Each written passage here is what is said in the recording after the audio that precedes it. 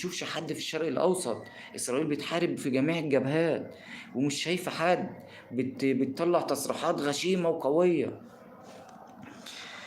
عبد الرحمن رفاعي: لا فرق بين إيران الذين قتلوا الشعب السوري واليمن والعراق والصهاينة. تمام يا عبد الرحمن، وأنا ما قصدتش إننا بندعم إيران وندخل في مواجهة ضد الكيان عشانهم مثلا. أنا ذكرت دلوقتي وقلت ما ننساش الهجمات اللي كانت بتشن على السعودية من الحوثيين. وطبعا كلنا عارفين إن الحوثيين مدعومة ذراع من أذرع دولة إيران. وما ننساش التصريح، وعمر ما انسى التصريح ده انا يا جماعه، من الحوثيين انهم هددوا بضرب الكعبه. انتوا فاهمين يا جماعه انهم يهددوا بضرب الكعبه؟ ده شيء عظيم، شيء كبير، شيء بالفعل يخلي الدول الاسلاميه تقف وتساند السعوديه في الحرب دي. بس الحمد لله ما حصلش كده. بوداكست: كيفك سامحني على صراحتي، لكن العلاقات بين صالح فقط، لا يوجد إخوة. تصريحك على راسي يا بوداكست، بس أنا مش ضد إن الدول يبقى كل دولة لها أولوياتها في مصلحتها. أنا قلت الأول كل دولة يبقى تبص لأمنها القومي أولا، ثم أمن القومي للدولة المجاورة اللي هي الدولة الشقيقة بالنسبة لي، الدول من أي دولة من الدول العربية. ساعتها هيكون في حب وترابط. مثلا ابو داكست نبدا بايه؟ الشعب المصري بيحب مثلا الشعب السعودي، الشعب السوري بيحب الشعب المصري، الشعب التونسي بيحب الشعب المغربي. نبدا من، حتى لو هنبدا عبر السوشيال ميديا، فلازم يبقى في تكاتف وطن عربي. احنا مع كل دوله عربيه انها تدور على مصالحها، بس تحط في اعين الاعتبار اختها الدوله التانيه المجاوره. انا بدعو بتكاتف وطني عربي، انا بدعو بتكاتف وطني عربي. مش شرط ومش مهم ان احنا بدأنا ندعي ونطالب بتكاتف وطني عربي متأخر. احسن ما نجيش خالص، احسن ما نطالبش. تعليق تصريح نتن الغاشم نتنياهو، ان بيقول زي ما اقول لحضرتك كده، بيقول ان احنا جينا المنطقة لقينا عرب متحدين ولكن فرقناهم مع مرور الزمن. هم قدروا يفرقونا وهم اتحدوا. هي دي كانت خطتهم، لان مثلا في 73 كانت الدول العربية كلها في تكاتف، وكله كان عارف، كله كان عارف ان الدول العربيه كانت في تكاتف. من نكسه 67 كل الدول العربيه كانت في تكاتف. حرب 73 كان معظم الدول العربيه مسانده، اللي مساند ببترول، اللي مساند بجنود، اللي مساند بسلاح، فكان في تكاتف. دولة الصهاينة لما لقوا ان العرب متكاتفين وتكاتفهم ده بيديهم قوة وعزيمة، بدأوا من 73، شوف من 73 بدأوا يحطوا خطط و... ولحد دلوقتي ما زالوا بينفذوها. بدأوا يحطوا خطط انهم يفرقوا الدول العربية، بالفعل احنا وقعنا في المصيدة. وصدقنا في الفتن بتاعهم والاشاعات بتاعهم، واحنا في المصيدة واتفرقنا. بالفعل اتفرقنا، هم قدروا يفرقونا وهم اتحدوا. كانوا خايفين من اتحادنا، لان الاتحاد العرب قوة. احنا بنملك اهم شيء في باطن الارض، بنملك حاجه اسمها والبترول ده اللي بيشغل معداتهم هناك. ربنا مدينا في باطن الارض حاجه اسمها بترول، احنا بنتحكم في البترول العالمي. احنا في ايدينا نرفع اسعار النفط، احنا في ايدينا نخفضه، احنا في ايدينا نوقف على دول اوروبيه النفط ما نصدروش خالص، يحجزوا ويقفوا في ايدينا، نوقف الكهرباء عن اي دوله. معانا جيوش عربيه قويه، معانا خير اجناد الارض. اتحادنا هيدينا قوه، الاتحاد قوه. السعودية عرة، لا أتفق معاك أخي، ورأيك على راسي، وشكرا لتعليقك على راسي. لا أتفق معاك. أهل السعوديين شعب راقي، وأنا صراحة بحبهم صراحة. تتفق معي تختلف معي، على راسي. بودابست: فيه مصالح، لا يوجد إخوة في العلاقات الدولية. أنا جزائري، أحلى شعب جزائري والله، ما عنديش مصلحة مع المغرب، أقطع علاقاتي معها. إنما الصين عندي مصلحة معها، مع إن الصين بعيد. يا بودابست، احنا ما بنطالبش يا بودابست مثلا ان انا معايا مصلحه مع الصين ما اقطعش علاقتي معاها. انا معايا مصلحه مع المغرب، ولنفترض يبقى ما اقطعش علاقتي معاها. انا معيش مصلحه مع المغرب يبقى اقطع علاقتي معاها. ده خطأ، ده خطأ يا بودابست. المفروض انا معيش مصلحه مع المغرب اعمل اتفاقات مشتركه مع المغرب. اعمل اتفاقات مشتركة مع المغرب. وقت ما يبقى في اتفاقات مشتركة مثلا مع المغرب، الشعب المغربي والشعب مثلا بين الجزائر والمغرب، الشعب الجزائري والشعب المغربي هيكون في ترابط، هيكون في ترابط، هيبقى في حب بينهم. يعني لو في اي حاجه مشتركه في مجال مثلا دفاع مشترك، في اي حاجه مشتركه، هيبقى الشعوب هتحب بعض، والدوله العربيه التانيه تعمل كذلك، والدوله العربيه التانيه تعمل كذلك. هتلاقي العرب كلهم ارتبطوا وتلفوا. هنيجي مثلا مصر تاخد قرار او بيان، هتلاقي الشعوب العربيه مساندها كلها. هتلاقي الجزائر بتاخد قرار، هتلاقي الشعوب العربية كلها مساندها. هتلاقي المغرب كذلك، هتلاقي الشعوب العربية كلها مساندها. هم هيلاقوا ان الشعوب العربية اتحدت في قراراتهم، مش هيقدروا ينفذوا اي خطط من الخطط الموضوعة المعلن عنها اللي كل الشعوب العربية فاهمها وعارفاها، وهي تقسيم شرق اوسط جديد على مزاجهم، مش على مزاجنا احنا. فتاة الشتاء. أم ناصر أولا مالك جوالينا، ثانيا هم راحوا لأوروبا ودي فرصة لفلسطين عشان ترجع أراضيها. تمام صدقتي. وبعدين هم ما خرجوش من مطار طابا زي ما خارج من الإعلام الكاذب. مفيش أي تصريح بيان بيؤكد كده. يا جماعة أنا قلت خد التقيلة بقى. هم بيركبوا مراكب وبيعدوا عبر البحر القبرص وبيركبوا من قبرص. ترامب على فكرة أجرى اتصال مع الرئيس عبد الفتاح السيسي بخصوص إن الإسرائيليين يخرجوا من مطار طابا. الرئيس عبد الفتاح السيسي من مصادر موثوق منها وممكن تقدر تبحث رفض. والرئيس عبد الفتاح السيسي عبر الاتصال الهاتف قال له وقفوا الحرب الإبادية في غزة. الرئيس عبد الفتاح السيسي رفض. مفيش معلومة بتفيد ولا تصريح بياني بيفيد بالفعل إن ده حصل. ده ما حصلش يا جماعة.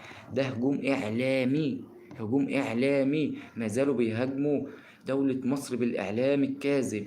عاوزين يفرقوا العرب، عاوزين يفرقوا مصر أولا عن العرب، عشان عارفين إن مصر تمتلك جنود خير أجناد الأرض في مصر. عارفين لو مصر اتحدت مثلا مع الجيش الجزائري هيشكلوا قوة عظمى كبيرة. عارفين لو مصر اتحدت مع السعودية ودول الخليج هيشكلوا جيش قوي بالبترول بالأسلحة بالجيش بالجنود. فده تفرقة، هم خطتهم يفرقونا بالفعل. مين قال لك كده؟ بالعكس انتوا بتخضعوا لأمريكا وبتخافوا منها. مين قصدك مين يا فتاة الشتاء؟ فتاة الشتاء عبد الرحمن. هو انت ما تعرفش، ما هو احنا طلعنا مخزنين غاز ومش محتاجين الكيان. فعلا يا فتاة الشتاء احنا طلعنا شفت بقى الناس عبد الفتاح السيسي طلع محنك فعلا سياسيا. راجل طلع يا جماعة مخزن غاز. ومن تحليل أنا الشخصي بقى، وخدها مني خدها من أخوك بقى رامي، وأنت تتفق معي تختلف معي آرائك على راسي من فوق وأنا بتعلم منك.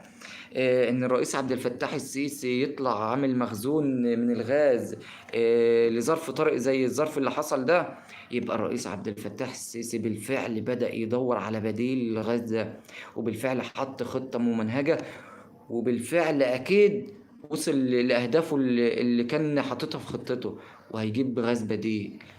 يا جدعان مصر جاية، مصر قادمة قسما بالله. مصر حلوة والشعب المصري حلو قسما بالله. ومصر بتحب الوطن العربي كله، والإخوة كلهم على راسنا من فوق، والدول العربية على راسنا من فوق، من أول الدول الخليجية للعراق لدول الشام، كلنا إخوة والله. أنا بحبكم لله في لله. والله العظيم مصر حلوة. أنا بدعم الجيش المصري وبدعم الرئيسي عبد الفتاح السيسي، وأنت اطلع على السوشيال ميديا ادعم جيشك، ادعم رئيسك، وصل لهم رسالة للدول الغربية وللكيان الغاشم إن إحنا مش متشتتين، إن إحنا في ترابط. اطلع عبر قناتك على اليوتيوب، اكتب عبر البث ده تحيا وطني، اكتب. ما تتكسفش. انت مواطن من الشرق الاوسط عربي، اكتب ادعمهم. عارف اما كل واحد يطلع في كومنت او يطلع يقول على عبر قناته يوتيوب انا بدعم جيشي وانا بدعم رئيسي، يوصل لهم التعليقات والكومنتات دي، يوصل لهم، يعرفوا ان الوطن العربي كله تكاتف، يعرفوا ان خطتهم في التفريق لينا فشلت. نوصل لهم احنا رسائل عبر المنصات الإلكترونية، نحاول نوصل لهم احنا كشعوب عربية رسائل ان مخططاتهم فشلت. ايه المخططات اللي احنا فشلناها كشعوب عربية؟ انهم يفرقونا. انا عبره، بس ده بدعو لتكاتف وطني عربي، بدعو لتكاتف وطني عربي، تكاتف وطني عربي. انا بدعم جيش بلدي، انا بدعم الجيش المصري، انا بدعم رئيس بلدي الرئيس عبد الفتاح السيسي، وهفضل في ظهر جيش بلدي، وهفضل ساند جيش بلدي، وهفضل ادعم رئيس بلدي والرئيس عبد الفتاح السيسي. لو نزل الانتخابات مره هنتخبه، والتانيه هنتخبه، والتالته هنتخبه. انا من وجهة نظري الداخلي افضل رئيس مسك مصر في الوقت الحالي اللي احنا فيه. لو كان ماسك مصر اي رئيس تاني كانت مصر سقطت، وكانت زمانها دلوقتي متشتته، وكان في جماعات ارهابيه وجماعات اخوانيه. بس الراجل قدر بالفعل يسيطر على البلد وخلى فيها امن وامان. الراجل عسكري، الراجل فهم من 8 سنين ان قوة كل بلد بتتقاس بجيشها وقوة جيشها، وبتتقاس بالسلاح اللي الجيش بيمتلكه. والدليل ان الراجل فاهم وعسكري محنك ان بالفعل سلح الجيش وقوى جيش بلدك اللي هي مصر. فدي حاجة تشرف المواطن المصري ان في امن وامان. الحمد لله على الامن والامان، الحمد لله ان امك وامك بتخرج وبترجع في سلام. انا معاك ان الحالة الاقتصادية غير جيدة، انا معاك ان الحالة الاقتصادية غير جيدة. عاوز يا باشا تتخطى الحالة الاقتصادية الغير جيدة، لازم تشتغل على نفسك، لازم تشتغل على نفسك. طب انا هقول لك معلومة، انا عليا انا اقل واحد فيكم، ربنا يجعلني من اقل الناس، وربنا يجعلني في خدمة الناس. عارفين انا بعمل البث المباشر بتاعي الساعة 3 بالليل ليه فجرا؟ انا شغل بيبدأ يا جماعة من الصبح الساعة 7 الصبح، ما بخلصش الا الساعة 10 بالليل. بخلص شغل الساعة 10 بالليل، بشتغل وجاي على نفسي، بشتغل 16 ساعة. انا في باشا عشان اقف جنب وطني، عشان لو كل واحد بدأ بالفعل يشتغل على نفسه عشان البلد دي تقف، قسما بالله البلد هتقف. لازم تكون قد الشيلة اللي ربنا اختارها لك، لازم تكون قد الشيلة. انت راجل، اشتغل يا باشا، شغال وردية واحدة، اشتغل ورديتين، واضغط على نفسك، هتلاقي الحالة الاقتصادية الغير جيدة بدأت تتحسن واحدة واحدة معاك. ابدأ بنفسك، كل واحد من الشعب المصري لو بدأ بنفسه مصر هتقف على رجليها، مصر هتقف على رجليها. منصورة مصر، اللهم آمين، اللهم آمين، اللهم آمين يا رب. الصلاة، اللهم صل وسلم على سيدنا محمد. الله أكبر، الله أكبر، الله أكبر. فتاة شتاء أم ناصر، عشان بكل فخر ما نخضعش زيكم للكيان. مفيش حد بيخضع للكيان يا فتاة الشتاء من الأوطان العربية. مفيش دولة في الوطن العربي خاضعة للكيان المجرم الغاشم. مفيش دولة عربية يا جماعة خاضعة للكيان المجرم الغاشم. والدليل على كلام إن كلامي صح، اسأل نفسك، ابدأ بنفسك واسأل نفسك، هل أنت تخضع للكيان الغاشم؟ لو فينا حد في البث اللي موجود ده بيخضع للكيان الغاشم، يبقى فعلا في ناس في الدول العربية بتخضع للكيان الغاشم. اسأل نفسك، ابدأ بنفسك، هتلاقي مفيش والله. استفت قلبك، شوف حب الأوطان العربية أفضل ولا نفضل في متشتتين وهم يقدروا ينفذوا خططهم بالفعل وياخدوا أوطاننا. هدفهم الرئيسي يقسموا شرق أوسط على مزاجهم، هدفهم الرئيسي يفسروا شرق أوسط على مزاجهم، ويوسعوا خريطة الكيان الغاشم من الصهيوني النتن. أبو زيد عاشق فلسطين، مثل السعودية بتعطي جزية لأمريكا بدل ما تدي لأهل فلسطين بتدي لأمريكا. لا حول ولا قوة إلا بالله. أبو زيد عاشق، تحياتي ليك على تعليقك، وأنت على راسي من فوق، وشعب السعودي على راسي من فوق. السعودية على فكرة، أنا في تحليلي الشخصي والله العظيم بقول لك اللي جوايا ومن تحليلي الشخصي أنا، إن السعودية دي سياسات هي بتاخدها مع دولة أمريكا، الولايات المتحدة الأمريكية. سياسات إزاي بقى؟ عاوزة تقف على أرض صلب. يعني في معلومة ممكن تقدر تدخل على النت تبحث عليها، أو تبحث عبر أي منصة من التواصل الاجتماعي، إن السعودية في 2023 هتمتلك سلاح رادع نووي. هل بقى السعودية بتقدم خيارات عشان تقدر تمتلك ويبقى ليها مكانة في الشرق الأوسط، عشان وقت ما العرب تتحد يبقى معانا سلاح فتاك؟ الجواب على السؤال ده هنعرفه في الأيام القادمة. شحاتين بس ليش السعودية العظمى ما تعطيني فلوس؟ عبد الرحمن الرفاعي، أهل السعودية كلهم على راسنا، ومفيش حد شحات في الدول العربية. الحمد لله كل دولة لها سيادتها وكل دولة لها مواردها. نتحرر من مين؟ أم ناصر. أم ناصر مفيش حد ليه سلطة على حد، مش الشرق الأوسط العرب. للأسف الكيان الغاشم اللي بيدعمه الدول الأوروبية فقط، بس هيسقط، قسما بالله هيسقط حينما يتحدون العرب. أول ما العرب يتحدوا يا جماعة قسما بالله الكيان الغاشم ده هيسقط، وإحنا لازم نتحد.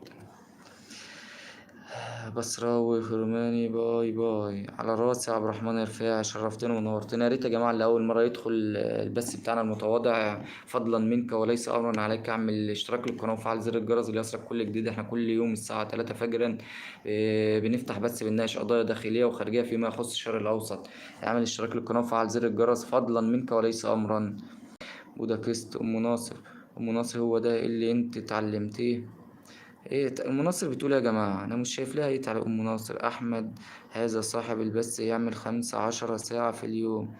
اليس يا عبد ويحتاج ان يتحرر.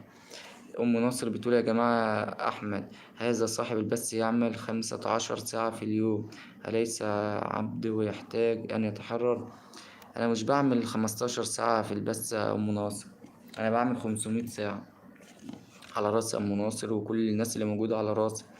طالما لا تحب الفتن فلماذا تؤلف روايات كاذبة؟ رامي بيقول يا جماعة طالما لا تحب الفتن فلماذا تؤلف روايات كاذبة عن إخواننا الحوثيين؟ إنهم يريدون قصف الكعبة. أعتقد إن كلامك يدل على شخص يحاول دمار منزله.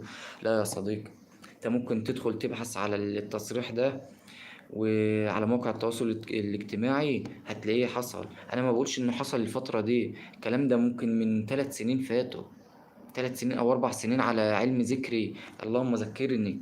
من 3 4 سنين فاتوا كان بيان خارج من الحوثيين إنهم عاوزين يقصفوا الكعبة. ادخل ابحث يا باشا، من 3 4 سنين فاتوا. أنا مش بقول في الوقت الحالي، أنا بقول من 3 4 سنين فاتوا. أبو زيد عاشق فلسطين. عبد الرحمن الرفاعي روح ارفع عارك وشرفك الذي بيرقصون أمام ترامب وبعدين تعالى جدل. ابو زيد عاشق اخويا انت ومن العروبه وعلى راسي من فوق، والدول العربيه كلها اخوه يا جماعه. وانا بتاسف ليكوا على اي تعليق سلبي لاي دوله عربيه. فالتعليقات السلبيه دي تدل ان احنا لسه ما بقاش فيه تكاتف وطني عربي. لازم نبدا من كل واحد شخصه. انتوا كلكم على راسي من فوق وراسي من فوق، واحنا كلنا واحد وعرب، واحنا بنحب العرب ونحب الشعب السعودي ونحب الشعب الجزائري والتونسي والاماراتي، وبنحب اهل المغرب ونحب كل الاوطان العربيه. فلازم كلنا نحب بعض يا جماعه، ما نهاجمش بعض. احمد تم حذف الرساله. عبد الله خزاعه. كلنا سلمان وكلنا محمد. كلنا واحد يا جماعه، كلنا ولاد عروبه، كلنا على قلب رجل واحد، لاننا كلنا عرب.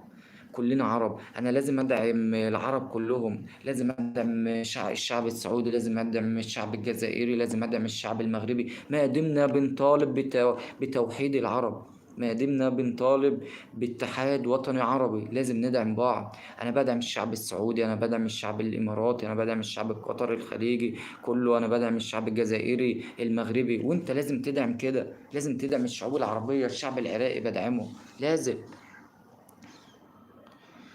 انا مش حابب اغلط فيك رفاعي. عبد الله رفاعي بيقول يا جماعة. عبد الله خزاعي، وش رأيك في اللي يسبون الصعب؟ استغفر الله العظيم يا رب. لا طبعا، هذا لا يصح. لا لا لا لا.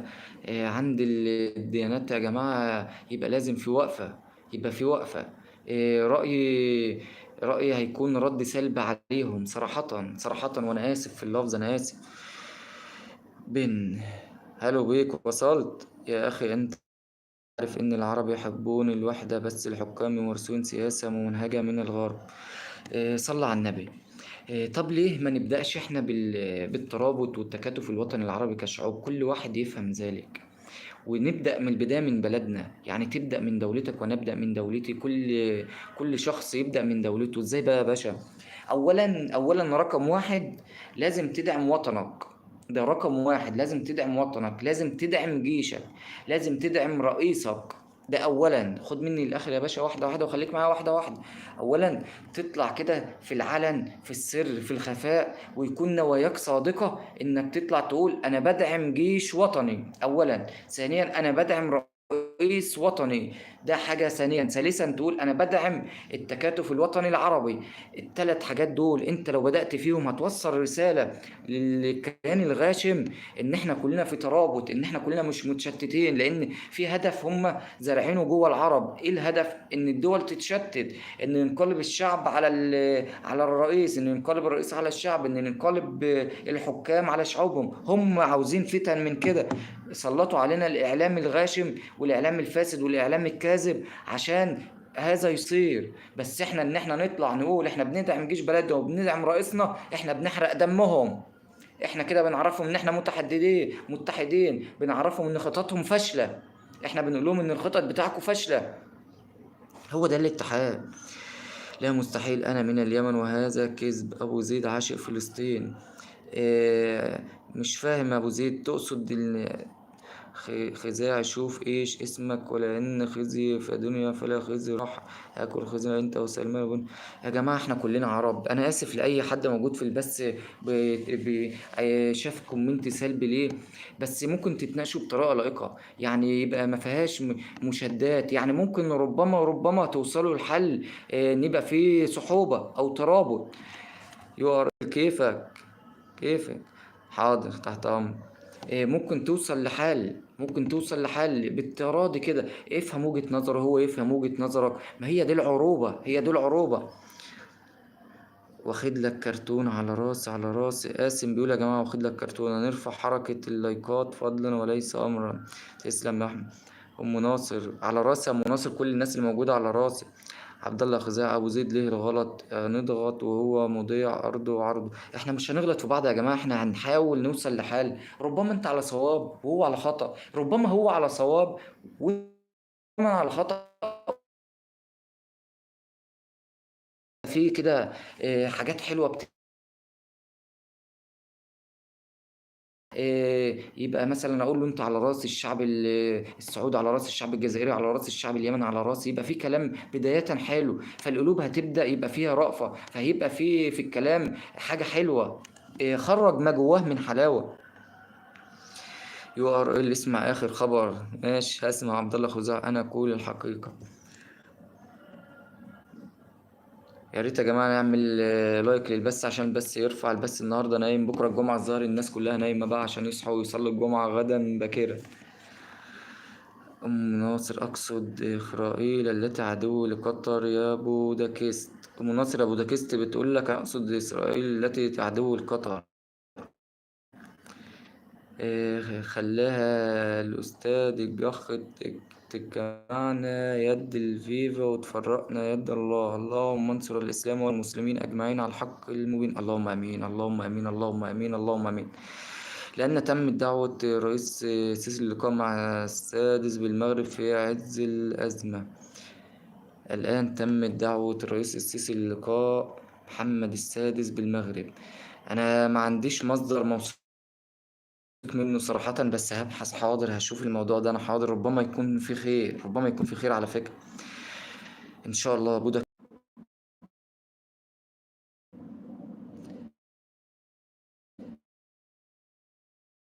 مش عارف، أنا عندي في آه، بوداكست البث عادة. بوداكست أسف واعتذار. مش عارف كست البث عادة. بوداكست أسف واعتذار. مش عارف فيها مشكلة عندي أنا النهاردة كده. أنا آسف.